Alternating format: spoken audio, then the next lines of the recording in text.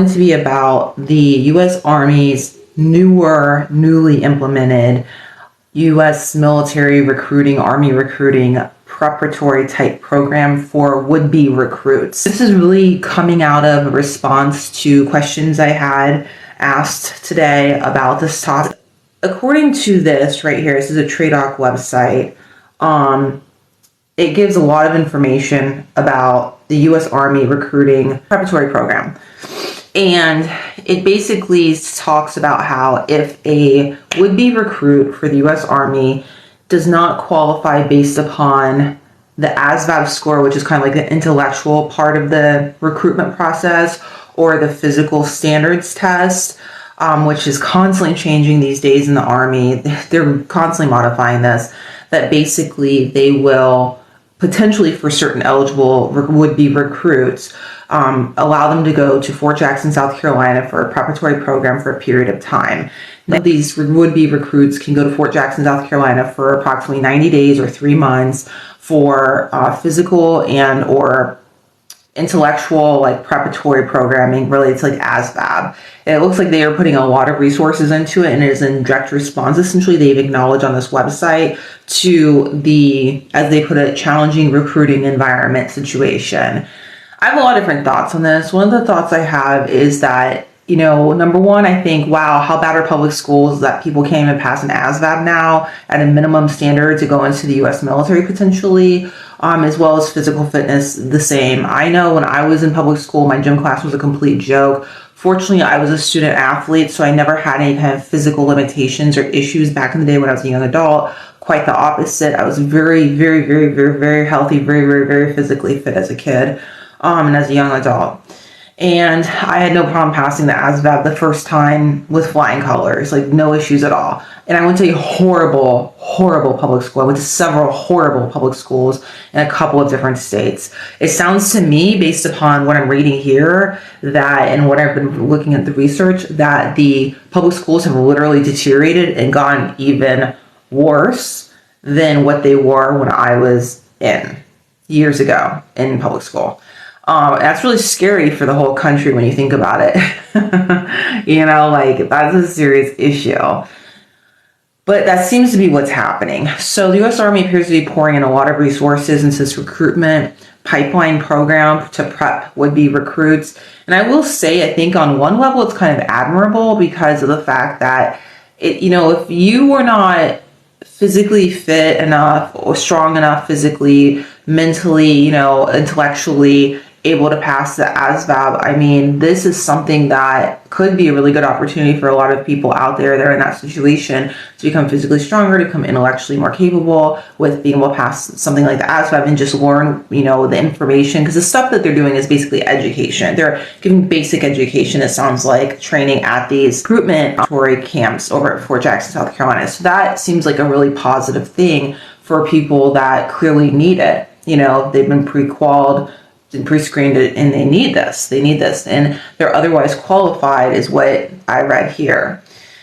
Now, the flip side of this, and this is kind of just my personal thoughts and opinions, is just that I increasingly, as the years have gone on, and even with this, question and doubt that the same amount of commitment from the U.S. government is going toward the young adult mentorship, youth mentorship in America, and also of education and fitness training and all these things, and effort into bringing up public schools into a way that actually helps the whole country have much more qualified, educated, fit people that are ready to really make this country amazing in all ways possible. That's a big concern because I see all this money being poured in to like Department of Defense and military contracts and now this recruit prep program, but I don't see the same effort being put into American communities and American public schools. And so I have an issue with that. On the TRADOC.army.mil website here is where I'm getting the source from.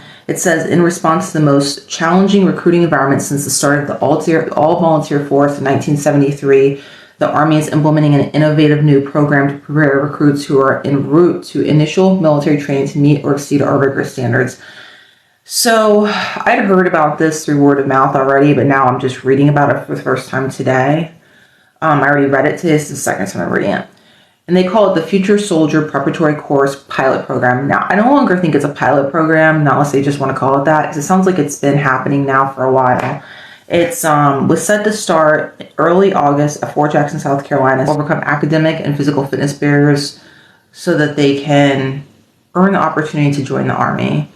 And it said that at the time of writing this and publishing it, the U.S. Army had already identified approximately 2,000 applicants who may be eligible to participate in this prep course. The Army will initially run the Future Soldier Prep course as a pilot program and will review results in the early part of fiscal year 2023, which that would be right now, to determine if the course was effective and should become permanent. I think it's going to become permanent because the recruiting issues have only increased. They're not getting better.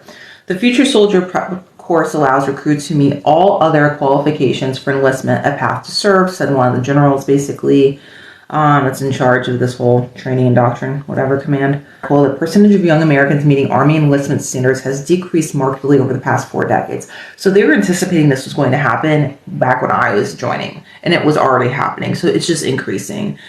It says only 23% of young Americans fully meet the Army's eligibility requirements, down from 29% in recent years. 29% is also very low. They're blaming COVID for stuff still about recruitment, which I don't buy. Great detail about this program. It says this course is one of many approaches the Army is taking to invest in America's young people. I will acknowledge it is an investment in young people, what they're doing. I do credit them for that. You know what I mean? Like, it is a substantial investment in resources to house and to feed and to educate and to basically give personal trainers to all of these people who need them. I mean, that's a huge financial resource investment. That's a huge investment of manpower to pull that off in any kind of capacity. Even if you were talking 2,000 people, that's a lot of people. They have some propaganda about how great it is to join and whatever. In a more nitty-gritty detail, calling the pilot course includes 2 separate tracks, a fitness program and an educational program for recruits who need help improving their scores on the Armed Forces Qualification Test, AFQT. Recruits with an ASVAB, which is what I keep calling because that's what I know it as, score of 21 to 30 may only participate in the academic track. So that means I guess their score is so low that they need to focus just on academics and nothing else, because it's going to be quite the trial and tribulation to get them up to speed. Recruits with an ASVAB score between 42 to 49 may be allowed to voluntarily participate in both tracks of physical and the academic. The fitness portion prior to basic combat training, and the academic portion following basic training. So it sounds like you might be able to go basic combat training and do that, and then like do the academic stuff afterwards, kind of my understanding. So that's really different. Individuals in both tracks are projected to remain in the Future Soldier, whatever, FSPC for a maximum of 90 days. Okay, so they're capping it at 90 days, it sounds like, with opportunities every 3 weeks to leave the program and shift to basic training if they meet or exceed the Army's desired accession standards. As part of the pre-enlistment process, all trainees will still have to take basically the physical fitness test and on and on and on. Anyways, and it talks about basically how they can like renegotiate their contract based upon their new elevated potential based upon those tests, academics, and the physical fitness standards. It's the TRADOC.army.mil website. I can't see the full link at all. LinkedIn, so I'll go ahead and just share the link on LinkedIn, and you can find me. My handle is Go Vanessa, Go Vanessa, Vanessa, and so you can find me there if you want to follow me there and check out the link. There's no way for me to share it on here; it's too long. I did direct message it to somebody today that was inquiring about it. People were actually going ahead and doing this. I'd heard through word of mouth that it was already happening, but now actually reading about it on the website, I had not researched it up until today personally because I had no reason to do so. I just have a lot of thoughts about all this. I think that the Army is the best of the branches to join, honestly, because you get to get a contract up front and your job up front, and you can negotiate that. The problem is just the lack of accurate information and what people are and are not told, to be unable to make potentially informed decisions. I know that was my experience. As recent as 2020, I'd actually looked into going back into the military to assist people with mental health because of my work experience and credentials related to that. And I realized upon my research, was able to make a very informed choice not to join. And decided not to join the reserve and guard. I'd been active duty private previously, I decided not to do it because I realized that they were still stigmatizing mental health like no other. It seemed like it was worse than before. It seemed like the recruiting situation was a total and complete disaster, and across multiple states, because I looked in a few different states because of my own situation. And I realized that it was not something like I wanted to be a part of, because the culture had not shifted in a way that I felt was conducive to anyone's health, really. From being exposed to the military situation ongoing and whatnot in different capacities, that I found to be a pretty toxic, unhealthy, dysfunctional situation that has really personally and professionally adversely impacted me in various ways. Some people have really great experiences, and it's just the thing for them, and that's really great. I'm really happy for anyone that does, and a lot of people don't. And so there's a lack of concern, I do know for sure, about what happens to people after they join the military and what their experiences are. I dealt with a lot of abuse and a lot of systemic discrimination when I was in the military, specifically on the basis of gender, when I was in the military in both the Air Force and the Army. And, that really adversely impacted me in the short and the long term.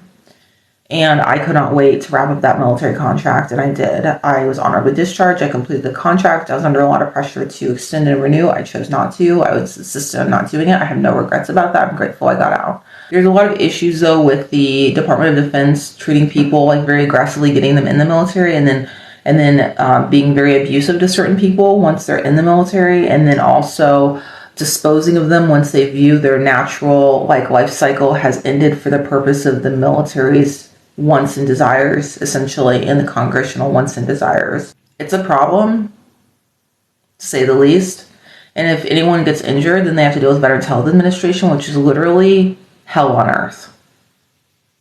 It is. All right, that's it for today.